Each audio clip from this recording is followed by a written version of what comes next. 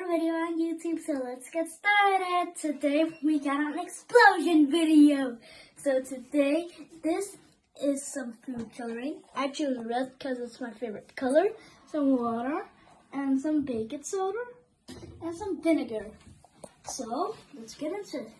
We take the food coloring, put it down the water, and take some of the color here, some bacon. So, 1, 2, 3. And so I'm going to put the whole thing in there. And look at it! It just made a huge explosion.